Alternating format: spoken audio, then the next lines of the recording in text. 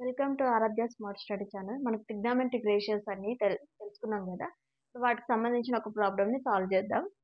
If tan a equal to 3/4 then find the other trigonometric ratios of angle. అంటే sine, cos, టీ, sec, cosec, cot ఇవన్నీ find out చేయాలి. దానికోసం tan a మనకి ఏమి ఇచ్చారు, 3/4 ఇచ్చారు. అంటే 3 అంటే ఏంటి, ఆపోజిట్ సైడ్.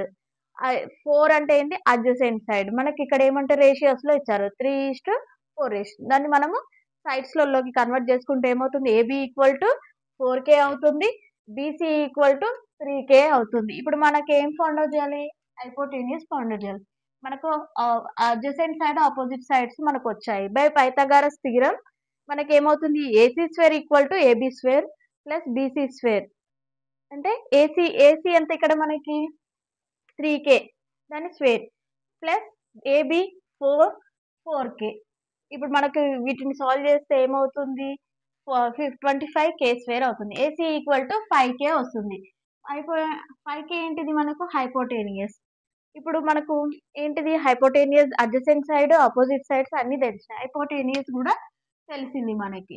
ఇప్పుడు మనం ఏం చేయాలి, సైన్ ఏ ని ఫైండ్ అవుట్ చేయాలి. సైన్ ఫార్ములా ఏంటి, ఆపోజిట్ సైడ్ బై హైపోటేనియస్.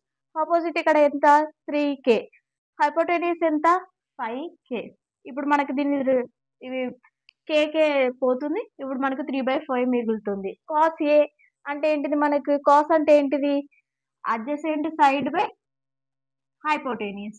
ఇక్కడ మనకు అడ్జసెంట్ ఎంత, 4k, హైపోటేనియస్ 5k. మనకు ఈ కేకే వెళ్తే 4/5 ఉంటుంది. అలాగే కొసిక్ ఏ అంటే ఏంటిదంటే దాని ఫార్ములా ఇన్వర్స్ ఆఫ్ సైన్, అంటే 1/sin a. ఇప్పుడు మనకి ఏంటిది, సైన్ ఏమొచ్చింది 3/5, దాని ఇన్వర్స్ ఏమవుతుంది 5/3.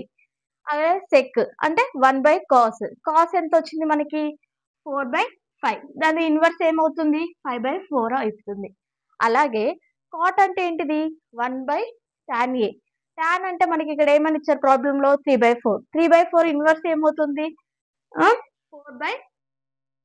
4/3 అవుతుంది. Thank you.